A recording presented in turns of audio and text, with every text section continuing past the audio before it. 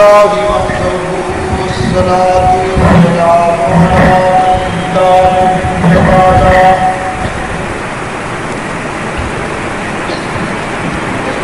وعلى آله وأصحابه الذين أوفوا عهدا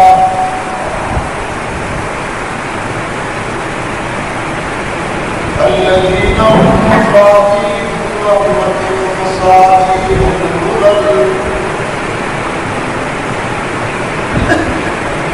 أعوذ بالله من الشيطان الرجيم. بسم الله الرحمن الرحيم. اهدنا الصراط المستقيم صراط الذين أنعمت عليهم غير المغضوب عليهم ولا الضالين.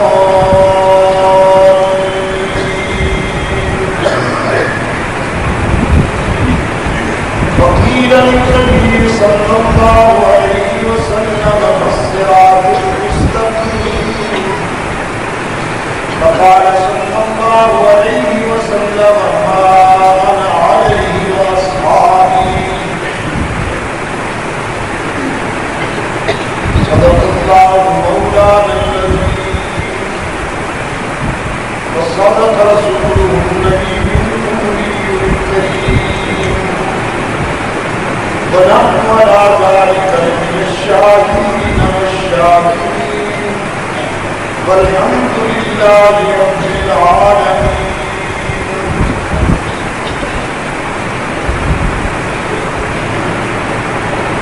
صدر اجلاس جامعین شیخ القرآن برادر مقرر خانی اسلامی افسار امام اہل سنت حضرت دین پوری صاحب و دیگر عوائدین علماء اہل سنت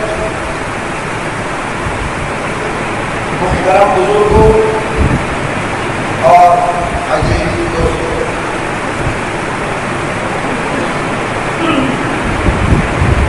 آج 5 اگست 1985 کو ہم یہاں مسلم دعوت راولپنڈی میں ایک ایسے پروگرام میں جمع ہے جسے منتظمین نے خلافت راستہ کانفرنس سے معین کیا ہے، اور جو ایسے حالات میں یہ پروگرام ترتیب دیا گیا ہے کہ فکر و نظر کی جنوں نے بنی نوع انسان کے اذہان و قلوب پر جذبات کر رکھی ہے، اور فطرت صحیح صراط مستقیم کی تلاش میں سرگرداں نظر آتا ہے۔ آج کا یہ پروگرام جو مجلس تحفظ حقوق اہل سنت و جماعت کے تعاون سے سنی مجلس عمل پاکستان کے زیر اہتمام منعقد ہوا ہے، اس میں مجھ سے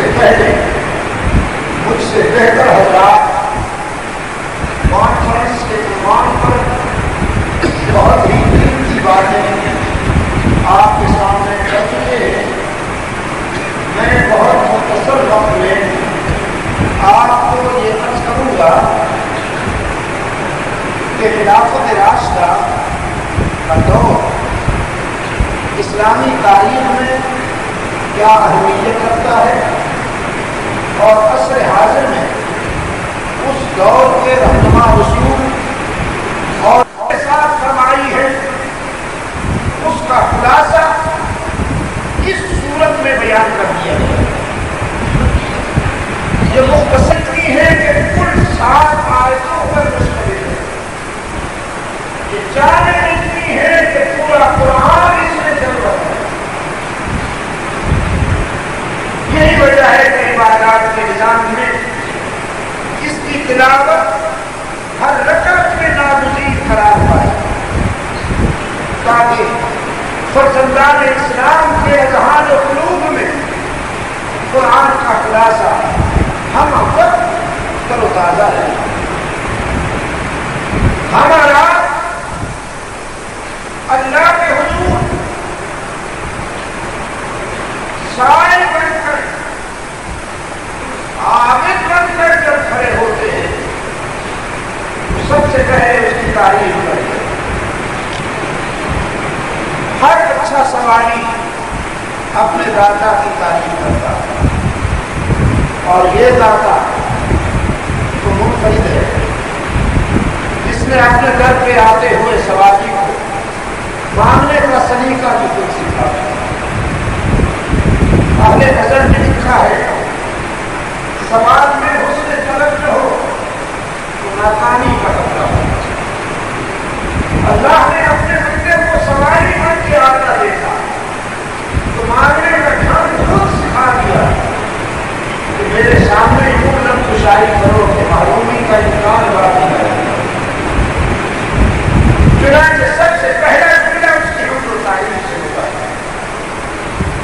فرمایا الحمدللہ رب العالمین. حمد و تعریف کے سارے مخلوق صرف اسی کے لیے مخصوص ہیں جو رب العالمین ہے. رب المسلمین، رب الاولیاء والمتقین، رب الانبیاء والمرسلین تو ہے ہی، لیکن رب العالمین وہ اغیار کو بھی پالتا ہے، اپنے دوستوں کو بھی نوازتا ہے اور دشمنوں پہ بھی رزق بند نہیں کرتا. خلیل کا بھی رزاق ہے، نمرود پہ بھی رزق بند نہیں کرتا. موسیٰ کا بھی رزاق ہے، فرعون پہ بھی رزق بند نہیں کرتا. اپنے محبوب کا بھی رزاق ہے لیکن ابو جہل پہ بھی رزق بند نہیں کرتا. میں تو کہا کرتا ہوں یہ اس کی ربوبیت ہے کہ دوستوں کو خس و خاشاک کی جھونپڑیوں میں خوش کر دیتا ہے اور دشمنوں کو محلات فراہم کرتا ہے، بنگلے فراہم کرتا ہے. دوستوں کو دال ساگ میں خوش کر لیتا ہے، دشمنوں کو مرغن کھلاتا ہے. الحمدللہ رب العالمین سب کو دیتا ہے. الرحمن الرحیم اور دیتا بھی شفقت و مہربانی کے ساتھ ہے، غضبناک ہو کر نہیں دیتا. جس نے اپنے در رحمت میں موٹے حقوق سے لکھ رکھا ہے ادعونی استجب لکم، مجھ سے وعدہ کرو میں تمہاری دعاؤں کا سننے کے لیے ہر وقت تیار رہا کرتا ہوں. دنیا والوں سے مانگا جائے تو ناخوش، اس پر نہ کرتا جائے تو خوش، اور اللہ سے نہ مانگا جائے تو ناراض، مانگا جائے تو خوش. دیتا بھی سب کو ہے اور دیتا بھی مہربانیوں کے ساتھ ہے. الرحمن الرحیم ماننے والے کو تانا بھی نہیں دیتا. اس منہ سے مانگتے ہو اپنا دیدار کو دیکھو، اپنے اعمال کو دیکھو. اپنے در کے آنے والے کو تانا بھی نہیں دیتا، سب کی سنتا ہے اور سب کی حکم کرتا ہے.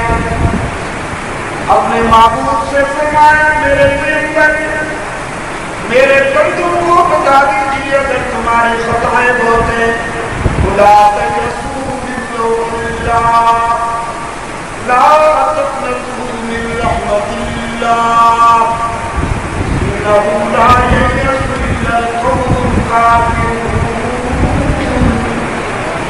گناہ بہت ہے تمہارے تو مایوس ہونے کی بات نہیں، میری رحمتوں کا جو کوئی ٹھکانا نہیں. مجھ سے مانگا کرو، میرے در پہ آ کر دامن پھیلایا کرو، اس لیے کہ باقی جہاں جاؤ گے لوٹے جاؤ گے. یا لوگ تم سے کہیں گے کچھ لے کے آؤ تو کچھ لے کے جاؤ، خالی ہاتھ آؤ گے تو خالی ہاتھ جاؤ گے. لیکن یہ چاہے جہاں سے پیشکش ہوتی ہے کچھ نہ لے کے آؤ سب کچھ لے کے جاؤ، خالی ہاتھ آؤ دامن بھر کے جاؤ. الرحمن الرحیم مالک یوم الدین. تیسرا جملہ یہ جزا و سزا کے دن کا مالک و مختار بھی. جس روز کوئی نفس کسی دوسرے نفس کا بوجھ نہیں اٹھا سکے گا، جس روز سزا پہنچے گی پورے جلال کے ساتھ لمن الملک اليوم لمن الملک اليوم، اور ہر طرف سناٹا ہوگا. پھر خود فرمائے گے حقا للہ الواحد القہار. آج کسی کے پاس اختیار نہیں، صرف اسی واحد القہار کے پاس اختیار ہے. سب ماننے والے ہیں وہی دینے والا ہے. مالک یوم الدین. اور پھر وعدہ کیا انسان نے إياك نعبد وإياك نستعين. ہم تیری ہی عبادت کرتے ہیں اور کرتے رہیں گے، ہم تجھ سے ہی مدد مانگتے ہیں اور مانگتے رہیں گے. تجھ سے إياك نعبد وإياك نستعين. ہم تجھ سے ہی مدد مانگتے ہیں اور مانگتے رہیں گے، تیری ہی عبادت کرتے ہیں اور کرتے رہیں گے. یہ تمہید ہے. اب اس کی رحمت متوجہ کی. انسان نے دامن پھیلا لیا. اهدنا الصراط المستقيم. الہ العالمین صراط مستقیم مانتا ہوں، صراط مستقیم. اور قرآن کریم سے پوچھئے صراط مستقیم کیا ہے. قرآن کریم میں ایک مقام میں حضرت ہود علیہ السلام کے خطاب کا ایک زاویہ ملتا ہے. اپنی قوم سے خطاب کرتے ہوئے فرماتے ہیں ان ربی علی صراط مستقیم. جس نے میرے رب سے ملنا ہے صراط مستقیم پہ آ جائے. میرا رب صراط مستقیم پہ چلنے والوں کو ہی چلتا ہے. حضرت ابراہیم علیہ السلام سے متعلق فرمایا حق تعالی نے ان ابراہیم کان امۃ قانتا للہ حنیفا ولم یکن من المشرکین شاکرا لانعمہ اجتباہ وہداہ الی صراط مستقیم. ابراہیم ہمارا سچا دوست تھا. اس نے وفا میں کمی نہ کی، ہم نے جزا میں کمی نہ کی. صراط مستقیم پر لگا دیا ہم نے اپنے خلیل کو. ایک اور مقام پہ ارشاد ہوا یاسین والقرآن الحکیم انک لمن المرسلین علی صراط مستقیم. اپنے محبوب سے بھی فرمایا میرے پیغمبر آپ کو بھی ہم نے صراط مستقیم پر چلا بنا دیا. چوتھے مقام میں فرمایا وَإِنَّكَ لَتَهْدِي إِلَىٰ صِرَاطٍ مُّسْتَقِيمٍ. آپ خود بھی صراط مستقیم پہ چلنے والے ہیں اور دنیا کو بھی صراط مستقیم پر چلانا آپ کا مشن ہے. صدر محترم کی اجازت. صراط مستقیم کے معنی کی قرآن سے اللہ آپ کو حاصل کرنے کی توفیق عطا فرمائے. بیدا صحیح ہو فکر و نظر کا قرآن کی صداقتیں بھی ہر کسی کو تو حاصل نہیں ہو. قرآن پاک سے پوچھا صراط مستقیم کے معنی کیا ہے. سورہ یاسین میں قرآن پاک میں انتہائی وَمْتَازُ الْيَوْمَ أَيُّهَا الْمُجْرِمُونَ ارشاد ہوگا حشر کے دن حتیٰ نہ فرمائے آج ذرا تقسیم ہو جائے. وَمْتَازُ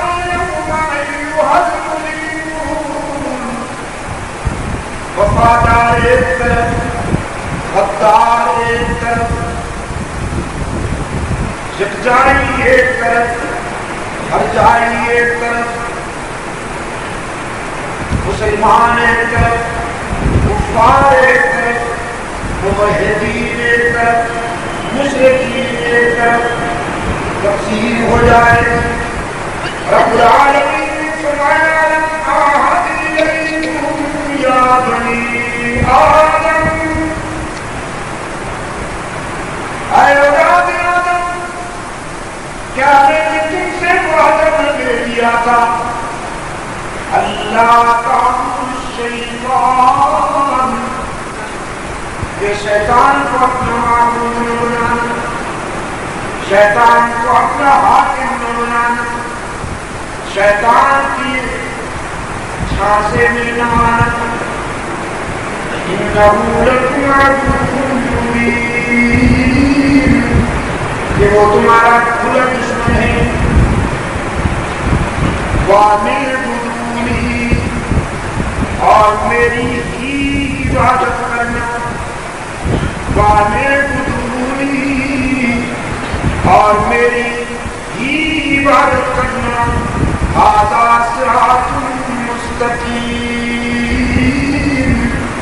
یہی صراط مستقیم ہے کہ اللہ کے ساتھ کسی دوسرے کو شریک نہ بنایا جائے. سجدوں میں اللہ کے ساتھ کسی دوسرے کو شریک نہ بنایا جائے. رکوع میں اللہ کے ساتھ کسی دوسرے کو شریک نہ بنایا جائے. قیام میں اللہ کے ساتھ کسی دوسرے کو شریک نہ بنایا جائے. وہ جو اس کے ساتھ صفات مخصوص ہیں ان صفات میں اس کے ساتھ کسی اور کو شریک نہ بنایا جائے. ھذا صراط مستقیم یہی صراط مستقیم ہے کہ ہماری زمین کی عاجزی کے لیے سچا مضبوط کون ہے. ہر جگہ موجود کون ہے. علام الغیوب کون ہے. کارساز و دستگیر کون ہے. حاجت روا کون ہے. مشکل کشا کون ہے.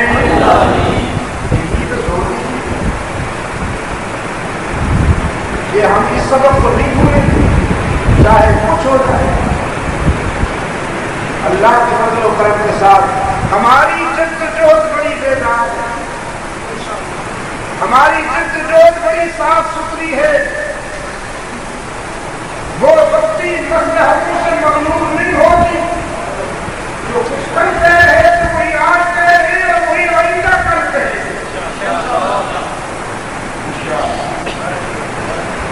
صراط مستقیم یہی ہے کہ اللہ کے ساتھ کسی اور کو شریک نہ بنایا جائے. حضرت عیسیٰ علیہ السلام اپنی قوم سے خطاب کرتے ہوئے فرماتے ہیں ان اللہ ربی و ربکم فاعبدوہ. بالیقین میرا تمہارا رب میرا رب تمہارا رب اللہ ہی بس اسی کی ہی عبادت کرو. ھذا صراط مستقیم، یہی صراط مستقیم ہے. اس تمہید کے بعد اب آئیے اپنی التجا کی طرف. آپ نے عرض کیا اہدنا الصراط المستقیم، الہ العالمین صراط مستقیم عطا کر. نہ آپ نے دایاں بازو مانا، نہ آپ نے بایاں بازو مانا، اللہ سے صراط مستقیم مانا. تو ظاہر ہوا کہ مسلمان کی منزل نہ دائیں بازو میں ہے نہ بائیں بازو میں ہے، صراط مستقیم. مسلمان نہ رائٹسٹ ہوتا ہے نہ لیفٹسٹ ہوتا ہے، یہ صرف مسلمان ہوتا ہے. یہ صرف مسلمان ہوتا ہے، مرد مومن ہوتا ہے. اور مرد مومن وہ ہوتا ہے جو کھڑا ہوتا ہے، جو منافق نہیں ہوتا. ابھی میرا رفیق بڑے درد کی بات کہہ رہا تھا کہ اس کی عادت کو چلے گئے. اب کہیں گے کہ دیکھو صاحب جو علماء ہمیں عادت بھی نہیں کرنے دیتے. زیادتی میں جناب صدر کیا کافر کی عادت کرنا انسانی ہمدردی میں شامل نہیں؟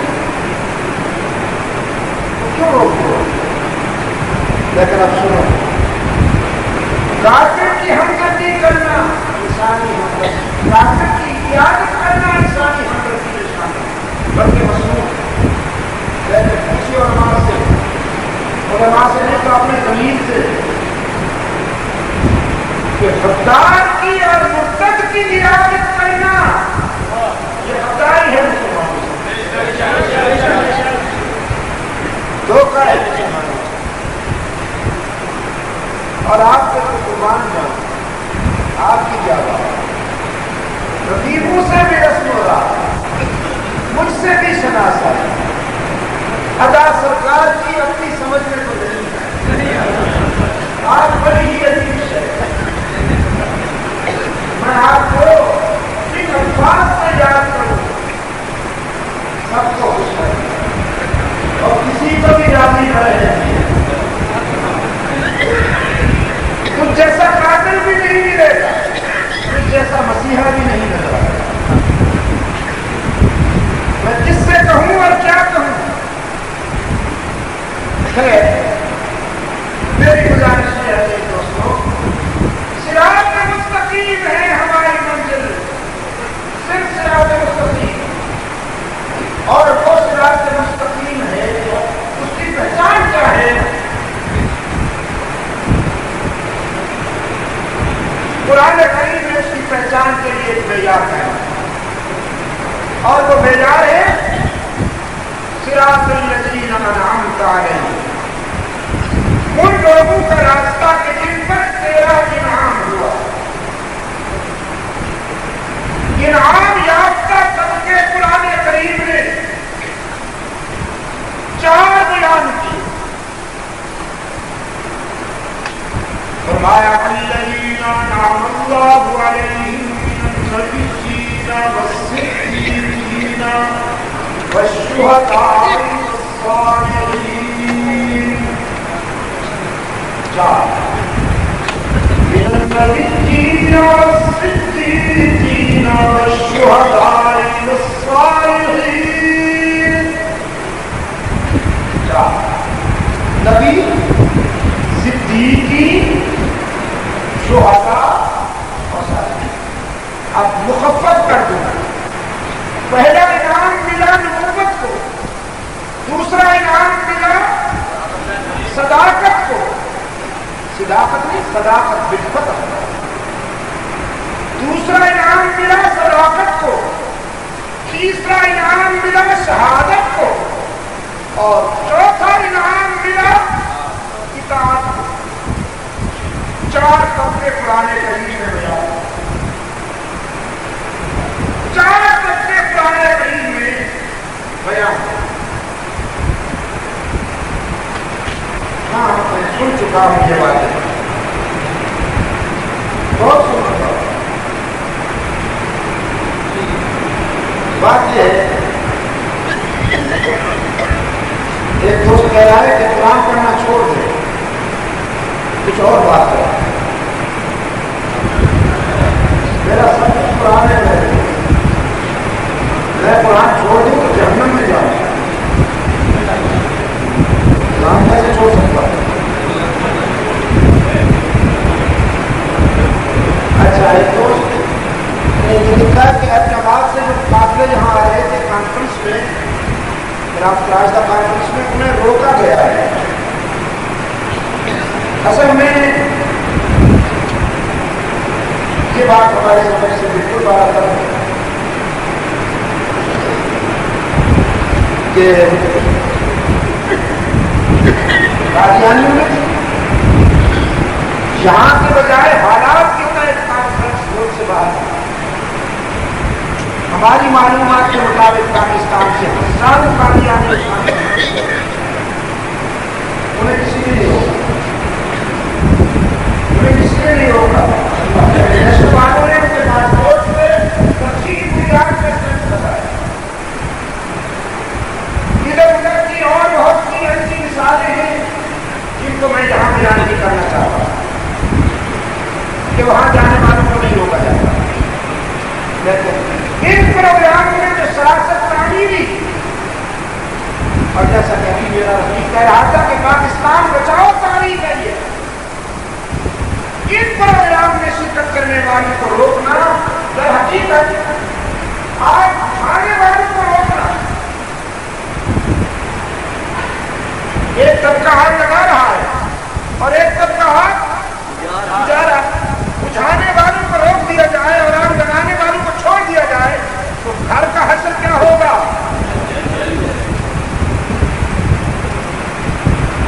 اور آج بھی میں نے سنا کہ داڑھی والوں کو بھی خصوص ہوگا۔ شاید یہی وجہ ہے کہ آج میرے سامعین میں داڑھی والوں کی کمی ہے۔ یہ داڑھی سے کب سے خطرہ لاحق ہوا؟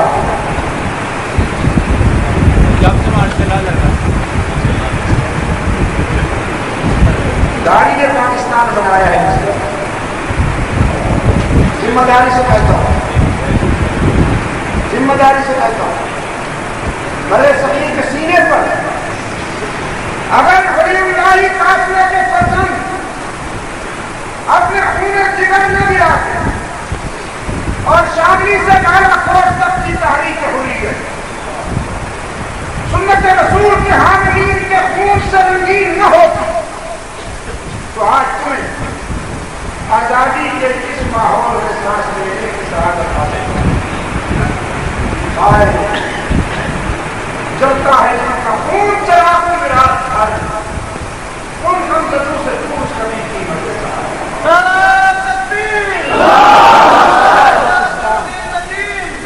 پاکستان بنا تمہیں ملی نہیں، پاکستان بنا تمہیں فیکٹریاں ملی، تم اس مظلوم قوم کے سرمایہ کو بیرونی ممالک بینکوں میں لے گئے، لیکن ان چٹائی نشینوں اور ان درویشوں نے ہمیشہ مفادات کی قربانی دے کر بے سر و سامانی کے عالم میں سچائی کا پرچم اونچا ہے۔ بالا کوٹ کے دامن میں اسماعیل شہید کی قربانی پاکستان کی بنیاد ہے، اور جھنڈا لہرائے اس ملک کی آزادی کا مولانا شفیع احمد عثمانی، مولانا ظفر احمد عثمانی، اور پھر پاکستان کو توڑا گاڑی والے نے، گاڑی والے نے توڑا پاکستان میں۔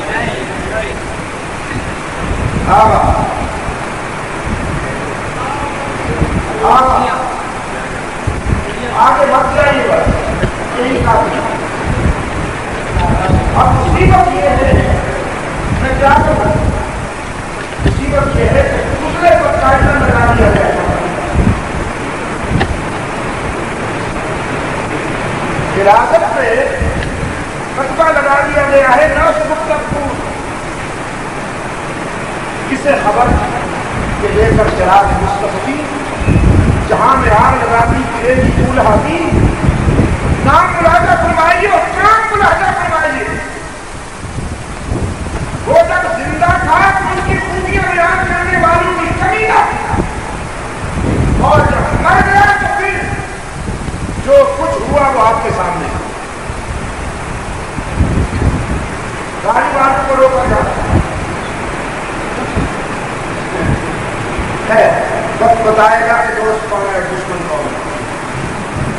بہت سی باتیں ایسی ہوتی ہیں جن کا تعلق مشاہدات سے ہوتا ہے، معلومات سے وہ باتیں سمجھ نہیں آتی، یہ بات مشاہدہ میں آ جائے۔ میں آج یہ کر رہا ہوں، حالانکہ میں اس اجتماع کی رسالت سے خلافت راشدہ کانفرنس میں شرکت کرنے والوں کو روکنے کے کردار کی مذمت کرتا ہوں۔ اس میں جو لوگ بھی ملوث ہیں ان کے اس بزدلانہ کردار کی مذمت کرتا ہوں۔ وہ اس قوم میں ہم نہیں، لیکن اس کے باوجود یہ لوگ جو میرے سامنے موجود ہیں اللہ کے فضل و کرم سے، اور جو باہر سڑکوں پہ موجود ہیں، میں آپ سب کے اندر کو سلام کرتا ہوں، بڑے متین انداز میں اور سنجیدہ لہجے میں آپ کی عظمت کو سلام کرتے ہوئے وہ امید ہوں کہ انشاءاللہ اندھیروں کو شکست ہوگی اور اس زمین پر اجالوں کا غروب انشاءاللہ ہو کر رہے گا، روشنی کو کوئی نہیں روک سکے گا۔ کچھ محنت ہو چکی ہے، وہ وقت چلا گیا جب اس قوم کو کس سے کہانیوں میں بہلایا جاتا تھا، جب اس قوم کو ٹوٹکوں میں بہلایا جاتا تھا وہ وقت چلا گیا۔ اب یہ قوم اللہ کے فضل و کرم کے ساتھ بیدار ہے، ان پہ محنت ہوئی ہے، اور یہ محنت ایک دو دن کی نہیں ہے، کئی سالوں کی ہے۔ آپ سمجھیں گے ہم نے سن 80 میں اسلام آباد میں اس فتنے کے خلاف آواز اٹھائی تھی، جو کتنا آج پورے ملک کے لیے بچا، لیکن اس وقت ہماری آواز کو بہت سارے حضرات نے کسی اور انداز میں سنا، جی بجبی ہوئے، چہرے پہ کئی رنگ آئے اور کئی گئے، کہا گیا کہ ساتھ یہ اپنے آنا کے خلاف، لیکن آج دیکھ لو ہم نے کہا تھا کہ ہر شعبے میں جدا جانا ہے، حیثیت کا مطالبہ کرنے والے احکامات خداوندی کے حصے بسے کرنے والے اور تفریق و تقسیم کے سلسلے کو آگے بڑھا کر قومی وحدت کو سرتاج کرنے والے پاکستان کے کہکارے، پاکستان لا الہ الا اللہ محمد رسول اللہ کے نعرے کا وجود میں آیا۔ آپ سمجھے، لا الہ الا اللہ محمد رسول اللہ کے نعرے کا وجود میں آیا ہے، علی ولی اللہ وسیع رسول اللہ وخلیفۃ بلا فصل کے نعرے میں نہیں آیا۔ پاکستان اس نظام کو قائم کرنے کے لیے وجود میں آیا ہے جس کا وعدہ تحریک پاکستان کے بانی جناب محمد رضا نے تحریک پاکستان کے دوران مختلف مقامات پر کیا۔ یہ لوگ ہم سے پوچھتے ہیں تمہارا دستور کیا ہے، ہمارا جواب یہ ہے کہ قرآن ہمارا دستور۔ حضرت معاویہ کو گالیاں دینے کے معاوضے میں اسے یہاں پر دشمنان صحابہ کا قرب حاصل ہوا، اور پھر اس قرب میں جو کچھ ہوا وہ تو مطالعہ بیان نہیں۔ آپ کو معلوم ہے کہ اس قرب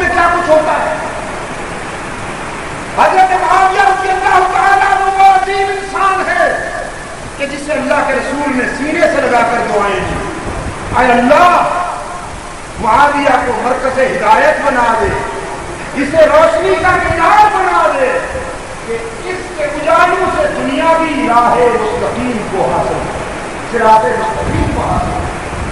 جب آسمان سے وحی کی بارش ہوتی، جب عرش بری سے قلب رسول پر قرآن اترتا تھا تو وحی کے ان حروف کو حضرت معاویہ کے ہاتھ لکھا کرتے تھے۔ کاتب قرآن ہے حضرت معاویہ رضی اللہ تعالی عنہ۔ سرکار دو عالم صلی اللہ علیہ وسلم کے نسبتی بھائی ہیں۔ حضرت معاویہ کی بہن رسول اللہ صلی اللہ علیہ وسلم کی اہلیہ محترمہ ہے، پیغمبر کی آبرو ہے، حضرت ام حبیبہ ام المومنین رضی اللہ تعالی عنہ۔ اور حضور کی گھر والی مومنوں کی ماں ہوا کرتی اور ماں کا بھائی انکل ہوا کرتا۔ تو حضرت معاویہ رضی اللہ تعالی عنہ ہیں مسلمانوں کے انکل ہیں، ماموں۔ 50 پہلی جنگوں کے فاتح رسول اکرم صلی اللہ علیہ وسلم کی اس بشارت کا مصداق کہ سب سے پہلے جو پہلی راستے سے دشمنان اسلام کا یلغار کریں گے، اللہ کے رسول نے فرمایا میں بشارت دیتا ہوں کہ وہ جنت میں۔ اللہ کے رسول صلی اللہ علیہ وسلم کی اس بشارت کا مصداق ہے۔ ان کے دور کے علماء گواہ ہیں کہ اسلامی سلطنت کی حدود 62 لاکھ مربع میل تک جا پہنچی۔ 20 سال گورنر کی حیثیت اور 20 سال پوری سلطنت اسلامیہ کے تنہا فرمانروا کی حیثیت۔ اس دن ایک صاحب نے مجھے چٹھی لکھی کہ آپ کیسے سید ہیں کہ معاویہ کو مانتے ہیں؟ میں نے کہا میں حضرت حسن کا بیٹا ہوں الحمدللہ، اور میرے نزدیک حضرت حسن کا فیصلہ تمہارے فیصلوں سے زیادہ قابل اعتماد ہے۔ تم معاویہ کو نہ مانو، لیکن حسن ابن علی نے جب حضرت معاویہ کے حالت پہ ہاتھ رکھا، جب ان پر اعتماد کا اظہار کر دیا، اب اگر کوئی حسن کے فیصلے پر مطمئن نہیں ہوتا تو وہ اپنے باپ کا حضرت حسن رضی اللہ تعالیٰ عنہ سے زیادہ کسی کو پہچاننے کے لیے کس کی نظر ہو سکتی؟ میرے عزیز دوستو، اسلام دور خلافت راستہ ہی کے ان مقدس شب و روز اور تفصیلات کا نام ہے کہ جو قرآن احکام اور نبوی بشارتوں کی تکمیل کا زمانہ ہے، اور اسی کی روشنی میں قانون سازی کا فریضہ ادا کرنا ہوگا۔ قراردادیں آپ کے سامنے پیش کی گئی اور میں اپنی گفتگو کا اختتام کرتے ہوئے سی آئی ڈی کے دوستوں سے اپنے ان بھائیوں سے جو رپورٹنگ کے لیے تشریف لائے عرض کر دینا چاہتا ہوں کہ وہ ہماری اس آواز کو ذمہ دار افسران تک پہنچائیں۔ ملک کو تخریب و تقسیم کے شعلوں سے بچانے کے لیے اہل سنت و جماعت میں کوئی اختلاف نہیں، ہم سب دیکھتے ہیں۔ میں واضح کر دینا چاہتا ہوں، ملک ملت کی تعمیر اور ملک کو تخریب و تقسیم کے شعلوں سے بچانے کے لیے ہم میں کوئی اختلاف نہیں۔ آوازیں مختلف ہو سکتی ہیں لیکن منظر ہم اس میں اپنے اسلاف کی روحوں کو خوش کریں گے اور اس ملک میں کوئی ایسی کوشش کامیاب نہیں ہونے دی جائے گی جو ملک ملت کے مستقبل کے لیے خطرہ ثابت ہوگا۔ اس کے لیے کھری اور آسان بات ہے کہ ماتمی جلوسوں پہ پابندی عائد کی جائے، ماتمی جلوسوں پہ پابندی عائد کی جائے، اور جس اذان میں ملاوٹ کی گئی ہو اس اذان کو پاکستان کی مسجدوں کے میناروں سے بلند ہونے سے روکا جائے، جس کلمے میں ملاوٹ کی گئی ہو اس کلمے کو پاکستان میں نہ برداشت کیا جائے، اور جس مذہب میں اسلام کے اسلاف کو گالیاں دی گئی ہوں ان کی زبانیں بند کی جائے۔ یہ ٹھیک ہے کہ نہیں؟ اور آئین سازی کے لیے دور اخلاق کے راستہ کو معیار بنا کر ان اہل سنت و